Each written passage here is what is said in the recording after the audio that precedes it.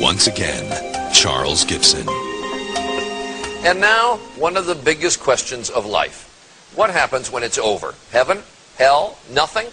Or might there be a fourth possibility, reincarnation? Could we come back as someone else? Here's Chris Cuomo with two down-to-earth parents who thought they understood the mysteries of life. That is, until their toddler began to talk. On March 3rd, 1945, a 21-year-old Navy fighter pilot on a mission over the Pacific was shot down by Japanese artillery. His name might well have been forgotten, were it not for the remarkable, some might say unbelievable story of a little boy named James. Okay, this is really tough. I need somebody to help me. All right, I'm the volunteer. What do you want me to do? Okay, I'm just going to climb this thing, and you have to hold me in case I fall. Done. James Leiniger is all boy, 6 years old, and full of spirit. This is a special plane. It goes in reverse. You don't see a lot of that. James knows a lot about planes, especially war planes. What kind of airplane is that? It's a Corsair. His parents, Andrea and Bruce Leiniger, say from an early age James would play with nothing else. He was obsessed with airplanes. If you look around the house, that's all you'll see. Airplanes, helicopters, aircraft carriers.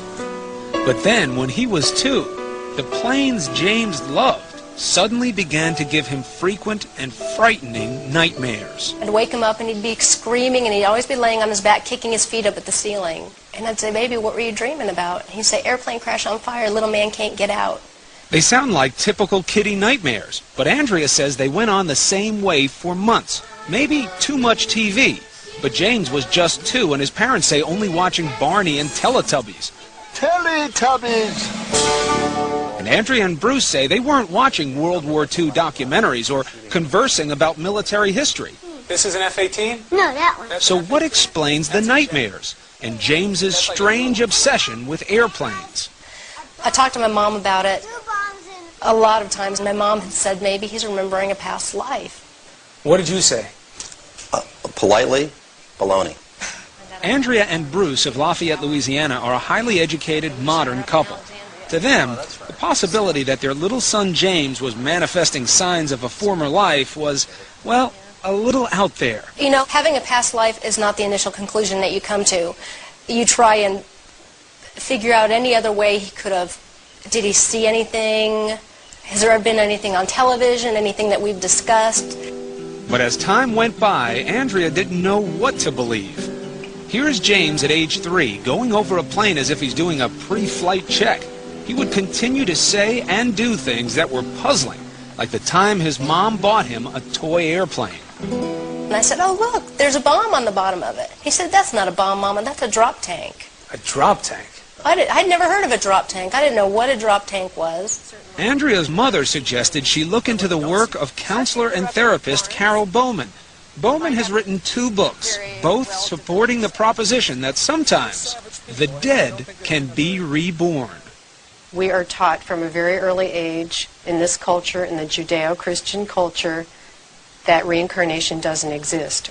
Once you observe this in a child, and the evidence is very compelling, you have to open up to another explanation for what is going on. Bruce was deeply skeptical.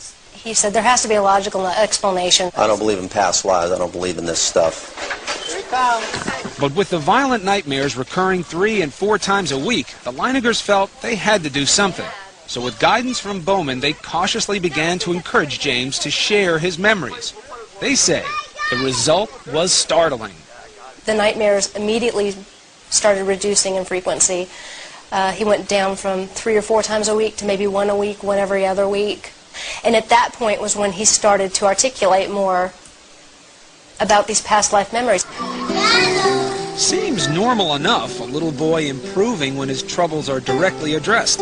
But Bowman says this is more, that James was forthcoming because this is the age when former lives are most easily recalled. They haven't had the cultural conditioning, the layering over of experience in this life, so that the memories can percolate up more easily.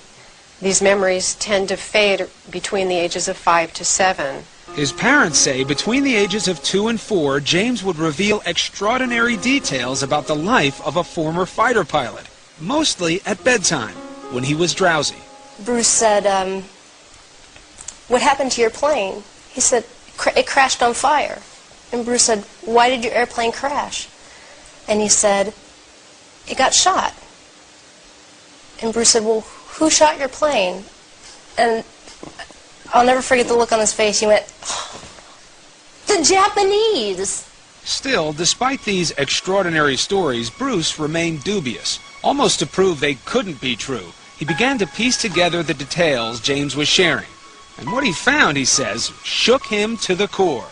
For in many instances, the stories appeared to match the facts.